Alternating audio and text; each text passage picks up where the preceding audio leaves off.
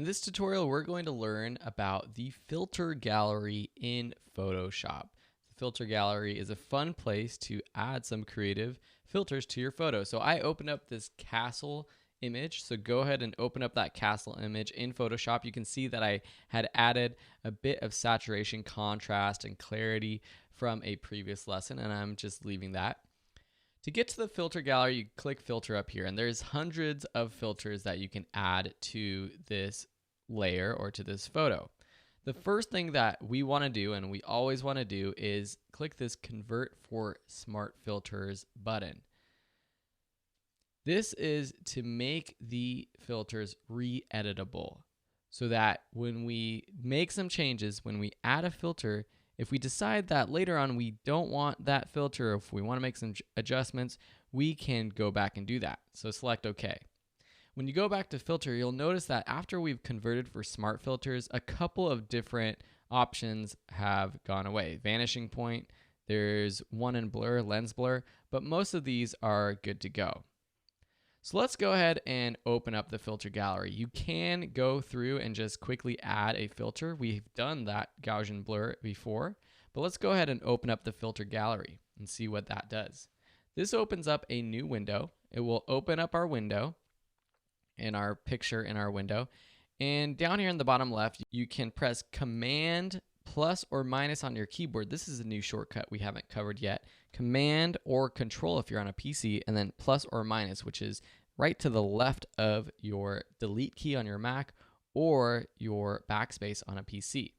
Okay, you can kind of see what's going on with this photo, or you can just go right here and say fit in view. So that brings up the image as big as possible in this view. It will bring up the last type of filter that you used, and so your filters are over here. They're organized in folders. You've got like 40 or so of them, and the last one I used was this cutout right here. And you can see with every one of these filters there's also editing options to adjust how it works. So with this cutout, for example, you've got number of levels. So if we drop the numbers of levels, it will actually decrease the number of colors, meaning that there are fewer colors and more blocks. If we decrease the edge simplicity, then we get more detail from that original image. The edge fidelity does affect the very edge of the image and of these colors just a bit.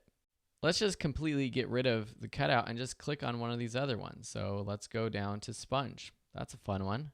So it takes a little while to load because these filters, it's not literally just adding a texture or a filter on top with some sort of blending mode, but it's actually trying to see and create the actual sponge-like effect or a watercolor effect. So I just click the watercolor. It's going to take a minute to load.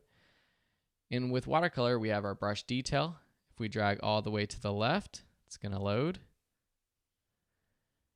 And there's less brush detail. If we go all the way to the right, things get a little bit more detailed, but I think for a painting with watercolor, we're going to see less brush detail, especially if it was a smaller painting. The shadow intensity, you can make these shadows of your image more or less intense. The texture, you can add or decrease the texture that is painted on. So it's a very cool kind of gallery. The other thing we can do with the filter gallery is add multiple filters onto each other. So you see down here this little panel. This is kind of like a layers panel. Right now we have the watercolor filter on, but we can create a new filter or a new effect layer by pressing that new effect button.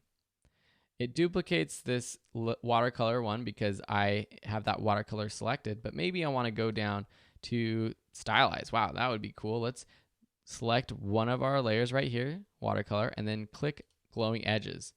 And it changes this watercolor filter to glowing edges. We could change the settings for the glowing edges. And this is a combination of two effects. Looks like a Halloween castle to me. Maybe decrease the edge brightness. When you click OK, it opens up and saves those galleries or those filters onto your image. You can turn them on and off just by clicking that eyeball right there. And you can double click Filter Gallery after this loads to reopen the gallery and re-edit. So it's going to open up right here. We're going to change the size to fit in view. And then I don't like that glowing edges, so I'm just going to delete it. So we just have our watercolor. Now we can select OK.